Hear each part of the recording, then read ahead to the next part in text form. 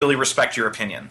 Like now is the time to start moving that opinion, because it's like there's a little bit of a bandwagon effect that needs to happen for these kind of things to move forward. And I think you saw it with the gay rights movement, where there's a tipping point where being anti-gay is now like not cool. You know, like, you know what I mean? Like it's like that. I mean, it's something that society's decided that that's not okay anymore. And the thing is, like, I think cannabis is going through that same evolution, where it was something that was demonized for a long time, maybe incorrectly so. I mean, certainly incorrectly so. I mean, but I mean, and now that people are just learning the truth more about it and being exposed to it and being exposed to cannabis users, that their lives haven't been ruined by it, and just having those honest conversations and equating it, being like there's nothing at all different between enjoying a little bit of cannabis versus drinking a glass of wine. It is, by and large, the same thing.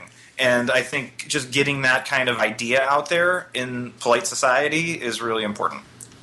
Thank you so much for saying that exactly. You know, it is important that we realize exactly and precisely what cannabis is.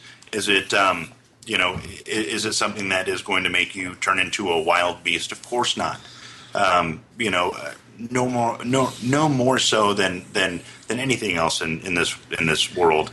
Honestly, but, I mean, let me jump in, though, really fast, is that I think the other thing that we need to be careful about, though, is trying to, or presenting marijuana like there is no drawbacks to it whatsoever, and that it's a panacea that is going to solve all of the world's problems. And the thing is, like, neither of those statements are true. Absolutely. And the thing is, and I think that the real strong argument that still exists against the legalization of cannabis is the normalizing of its use to young people, where it's been shown that heavy amounts of cannabis use among young developing minds is it slows brain development. I mean, and if you're it's a lot of marijuana use in the teenage years is not particularly good for kids. And the thing is, like, I think acknowledging that and making ourselves partners in educating young people on the dangers of this is an adult thing, that it is relatively safe for adults, but it is not without risk. Well, it's responsible use, always. Right. You know, I mean, when you think about it, you know, it's just like responsible use of salt. You know, now, while it's not going to kill you, you know, just, you know, a little bit of salt, nor is cannabis ever going to kill you. But, you know, on a developing brain, just like you're not supposed to lift heavy weights when your muscles are still developing, because then it hinders further development of. And it makes perfect sense that, you know, a developing brain shouldn't introduce anything that isn't necessarily necessary.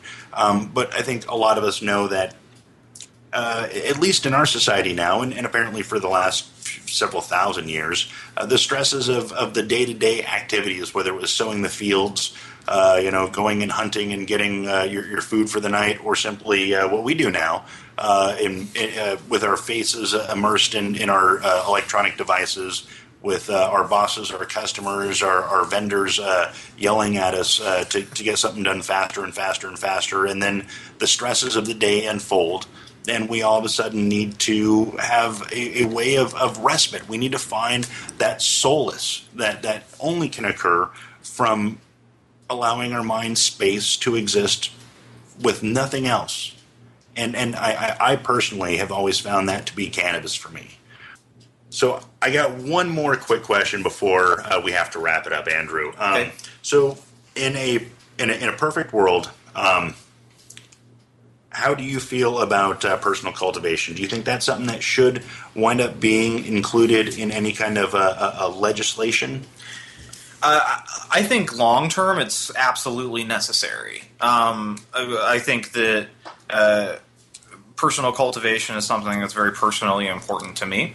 However, my idealist self bumps up against my pragmatist self on this issue.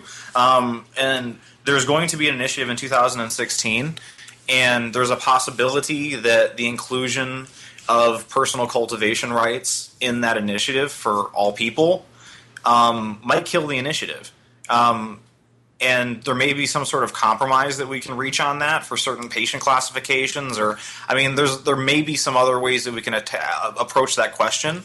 I think it's something that needs to be polled. But to me, it shouldn't be anybody's individual decision on that. It's something that we should really test the electorate and find out what Arizonans are willing to tolerate in an adult use cannabis piece of legislation, and then win the election. Like, my number one goal is that if there's going to be an adult use initiative on the ballot, I want the language to be good public policy, and I want to win the election.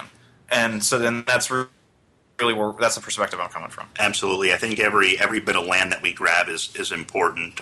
Sometimes it's hard for some to see, but every bit that earns more and more freedoms is paramount.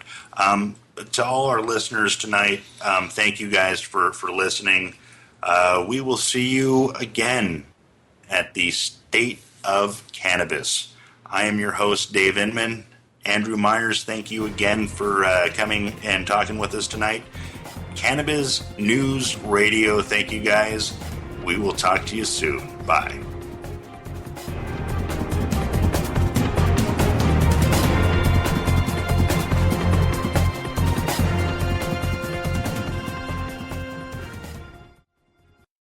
The opinions expressed on this Cannabis Radio Network program are those of the guests and hosts, and do not necessarily reflect those of the staff or management of Cannabis Radio Network. Any rebroadcast or retransmission without proper consent of the Cannabis Radio Network is prohibited.